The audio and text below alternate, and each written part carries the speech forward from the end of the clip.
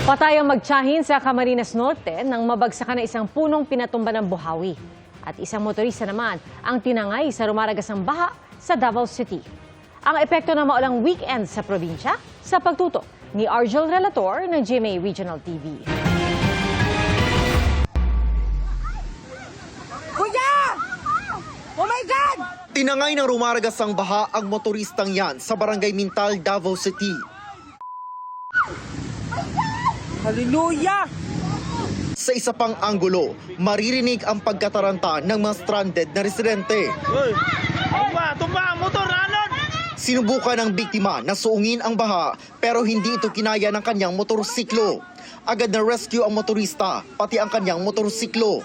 Ayon sa isa sa mga residente, tumaas ang baha dahil sa baradong drainage canal sa ginagawang bagong tulay. Abot baywang naman ang taas ng baha sa isang kalsada.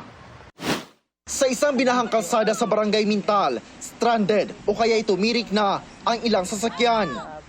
Sa paghupa ng baha, agad nagsagawa ng road clearing at cleaning operations ang mga otoridad.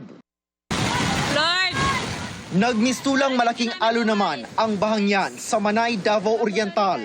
Sa lakas ng ragasa, nasira at tinangay ang footbridge sa sitio Mambusaw. Pansamantalang hindi matawiran ang ilog, kaya naghanap muna ng alternatibong ruta ang mga residente. Wala namang naiulat na nasawi o nasaktan.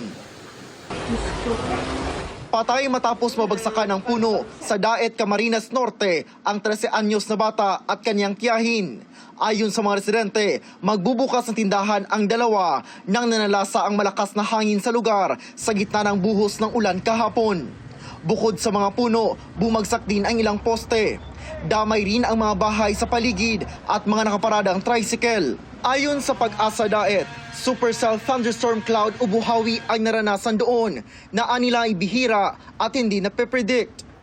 Lubog naman sa baha ang mga bahay sa ilang barangay sa bayan ng Kapalonga dahil sa lakas ng buhos ng ulan. Nagmistulang waterfalls naman ang ragasa ng baha sa La Trinidad, Benguet, gaya sa kalsadang ito sa Lower Bayabas, Barangay Pico. Tumirik naman ang isang motorsiklo nang subukang tawirin ang baha.